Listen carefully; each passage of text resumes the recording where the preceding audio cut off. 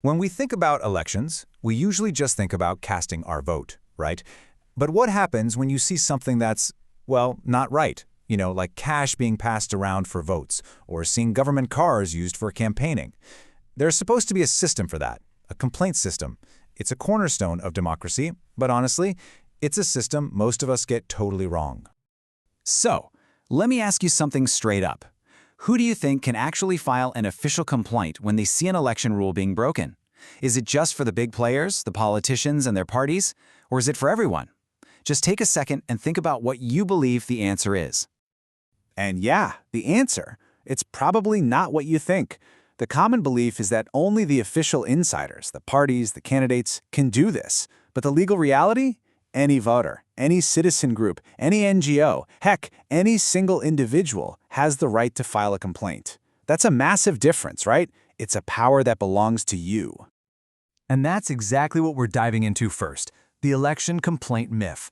Because we're talking about a genuine power that most of us don't even realize we have. This isn't some legal loophole, it's a fundamental right for every single citizen. And we're not talking about some vague idea here. This right is super specific. You can file a formal written complaint. You can send in documented evidence. We're talking photos, videos, even getting witness testimonies together. As a citizen, you literally have the power to be the watchdog for a fair election. Okay, but here's the catch, and it's a big one. Having a right on paper is one thing, but being able to actually use that right, that's a whole different story. Just because the law says you can do something doesn't mean the system makes it easy, or even possible. Because for so many people who try to do the right thing, this is what they run into. They gather their evidence, they take their photos, they write down what they saw, they send it in, and then nothing. It just vanishes. It feels like it's been sucked into a black hole of bureaucracy, never to be seen or heard from again. This really gets to the heart of the problem. A system that's technically open to everyone, but is so frustrating and confusing that it makes you want to give up. Well, it's pretty much a closed system, isn't it? It might as well have a giant "keep out" sign on the front door for the average person. So why does it feel like a black hole? Well, it boils down to a few core problems. First off, there are usually no clear, simple instructions on how to even file a complaint. Second, there's no way to track it. No confirmation email, no tracking number, no updates. You just send it into the void and hope for the best.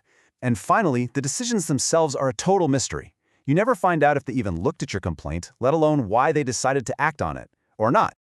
And that forces you to ask a pretty tough question. If the whole process seems designed to just wear you down and make you give up, who is it really protecting? Is it protecting our elections, or is it protecting the people who are breaking the rules? But look, it doesn't have to be this bleak.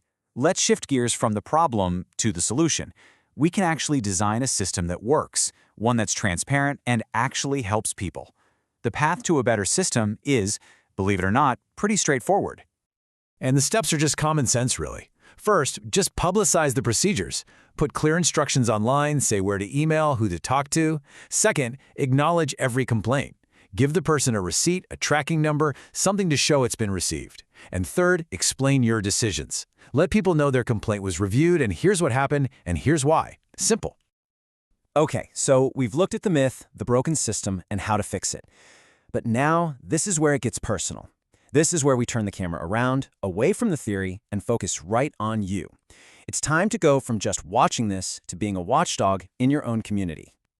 Seriously, think about it. Right this second. If you walked outside your door and saw someone handing out cash for votes, would you know exactly who to call?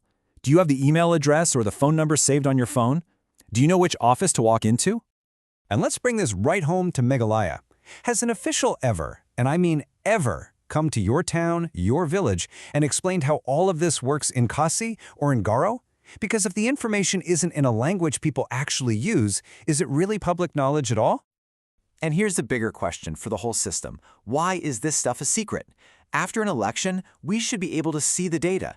How many complaints were filed? How many were investigated? How many were thrown out? Why is basic information like that not public?